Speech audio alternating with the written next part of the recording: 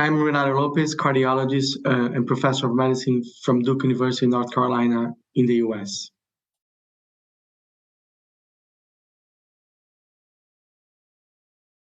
In the pivotal DOAC trials, most patients with bioprosthetic valves were excluded, and therefore we have very little information about the efficacy and safety of DOACs overall in this population. That's why we needed to have a dedicated trial with larger sample size to study the efficacy and safety of DOACs, in this case of Rivaroxaban, in patients with atrial fibrillation and bioprosthetic valves.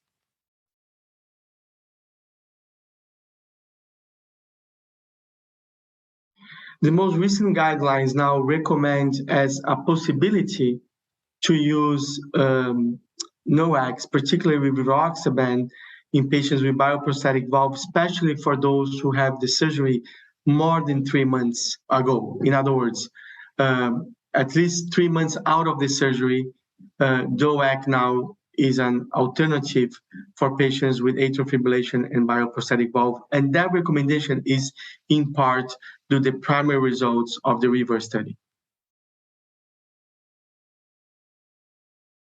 The RIVER trial, basically, it's a trial that was designed to test the efficacy and safety of Rivaroxaban compared to warfarin in patients with atrial fibrillation and bioprosthetic valve in mitral position.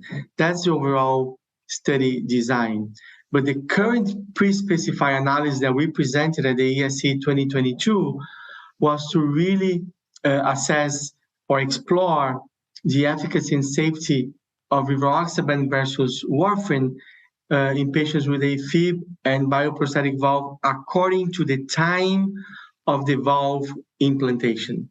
So in other words, dividing patients into basically two groups, less than 3 months versus more than 3 months of valve implantation that were included in the RIVER trial.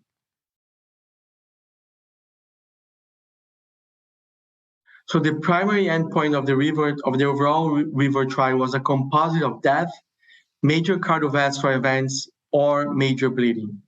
And major cardiovascular events were defined as stroke, TIA, valve thrombosis, systemic embolism, or hospitalization for heart failure.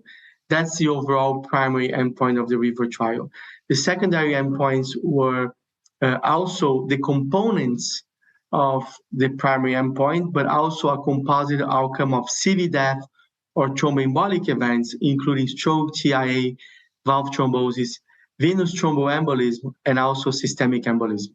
In terms of also safety secondary endpoints, we included bleeding events according to different definitions, including the Rocket definition, but also TIMI and BARC criteria.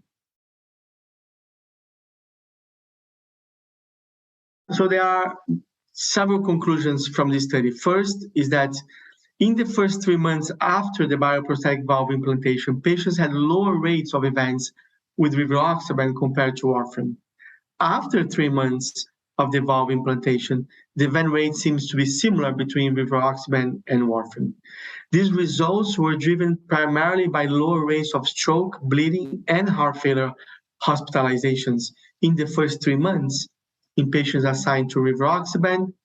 The differences in outcomes between the two time periods might be related to challenges in controlling INRs during the first months after surgery in patients assigned to warfarin. And overall, our results suggest that Rivaroxaban might be a better treatment option than warfarin early on after the bioprosthetic valve implantation. And I think one of the key messages that we need better data, we need high quality data, more studies, including patients with valvular heart disease, because these patients are common in clinical practice and we don't have level of evidence A in the guidelines for the recommendations to treat these patients. So it means that we need to be able to do higher quality studies to better inform physicians on how to treat these patients in clinical practice.